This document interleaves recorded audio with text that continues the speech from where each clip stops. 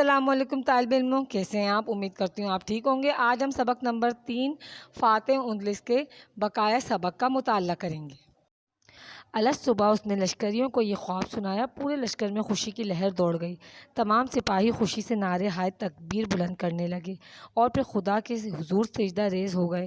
لشکر کے روانہ ہونے سے پہلے طارق نے حکم دیا کہ کشتیوں اور جہازوں کو آگ لگا دی جائے۔ سپاہیوں نے حکم سر آنکھوں پر لیا اور تھوڑی دیر میں سطح سمندر پر آگ کے شعلے آسمان سے باتیں کرنے لگے۔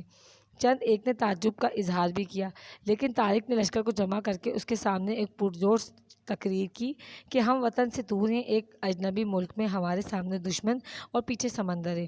ہمارے لیے واپسی کے راستے بند ہو چکے ہیں۔ ہم غازی بنیں گے یا شہید؟ ظلم کے خاتمے فتح تک جنگ جاری رکھی جائے گی۔ اپنے رب سے کامیابی کی دعا کرتے رہیے۔ اس تقریر سے لشکر میں جوش و خروش پیدا ہو گیا اور وہ عزم و حوصلے کے ساتھ آگے بڑھنے لگے۔ اس پیراگراف میں طارق بن زیاد نے اپنا خواب جب اپنے لشکر کو سنایا اور اس کے بعد اس نے اپنی تمام کشتیوں اور جہازوں کو آگ لگا دی اور اپنے لشکر کو ایک بات سمجھا دی کہ کامیابی اور صرف کامیابی ہمارا مقدر ہے اور ہمارے پاس پیچھے لوٹنے کا اور شکست کھانے کا کوئی راستہ باقی نہیں ہے۔ حملے کا باقاعدہ آغاز ہوا۔ ساحلی شہروں کو فتح کرنے کے بعد طارق نے قلعوں کی مرمت کرائی اور فصیلوں کو درست کیا۔ ان ساحلی شہروں میں کوئی جم کر نہ لڑ سکا۔ تدمیر کا حاکم فوج لے کر مقابلے میں آیا، مگر وہ بھی شکست کھا گیا اور خود دم دبا کر بھاگ نکلا تو لشکر بھی تتر بتر ہو گیا۔ اس نے بادشاہ راڈرک کو خط کے ذریعے سے فریاد کی۔ اس پیراگراف میں طارق کی فتح کا ذکر کیا گیا ہے کہ اس نے اپنی فتح کا آغاز کرا اور تدمیر کا حاکم بھی اس کے سامنے نہیں ٹک سکا اور راڈرک تک یہ خبر پہنچ گئی کہ طارق حملے کے لیے آ چکا ہے۔ ہمارے ملک پر ایک عجیب قوم حملہ آور ہوئی ہے۔ میں نہیں کہہ سکتا وہ لوگ آسمان سے اترے ہیں یا زمین سے نکل آئے ہیں۔ انہوں نے اچانک ہماری فوج پر حملہ کر کے قتل و غارت کا بازار گرم کر دیا اور ہم نے بھاگ کر جان بچائی۔ راڈرک کو خط ملا تو اس نے بڑے پیمانے پر جنگی تیاری شروع کر دی۔ 1,00,000 کا لشکر جرار تیار کیا اور خود مقابلے کے لیے آگے بڑھا۔ اس کے پاس بے پناہ وسائل تھے۔ فوج جنگی ساز و سامان سے لیس تھی۔ اسی دوران میں موسیٰ بن نصیر نے طارق کے کہنے پر 5,000 سپاہیوں کی کمک بھیج دی۔ یہ سپاہی جزیرۃ الخضرہ پہنچے تو طارق مطمئن اور خوش ہو گیا۔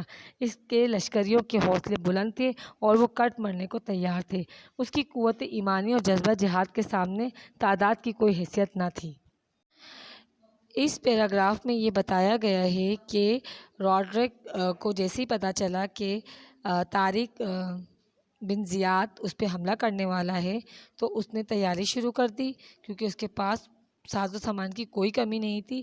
1,00,000 کا لشکر اس نے لڑنے کے لیے تیار کرا۔ اسی دوران موسیٰ بن نصیر نے طارق کے کہنے پر 5,000 فوجی اور بھیج دیے۔ اس سے طارق کو اور خوشی ملی اور اطمینان ملا اور وہ جہاد کرنے کے لیے تیار ہو گیا۔ دریا والڈٹ کے کنارے دونوں فوجوں کا آمنا سامنا ہوا۔ اس زمانے میں تیر، تلوار اور نیزے ہی جنگی سامان ہوتا تھا۔ راڈرک کے سپاہیوں کا خیال تھا کہ جنگ شروع ہوتے ہی اس مختصر سے لشکر کا قصہ پاک کر دیں گے۔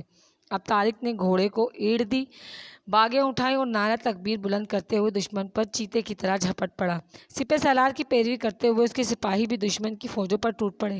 گھمسان کا رن پڑا، میدان لاشوں سے پٹ گیا، دریائے والڈٹ کا پانی خون سے رنگین ہو گیا۔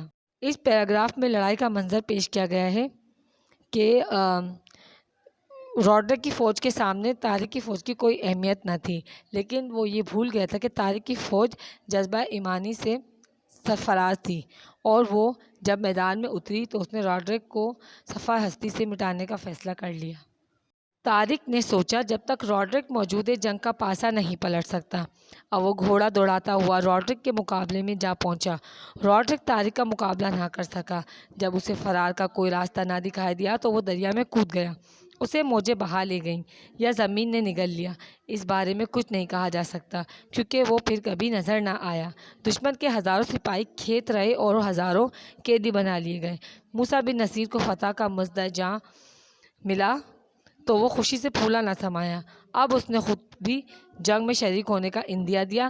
طارق نے دشمن کا تعاقب جاری رکھا۔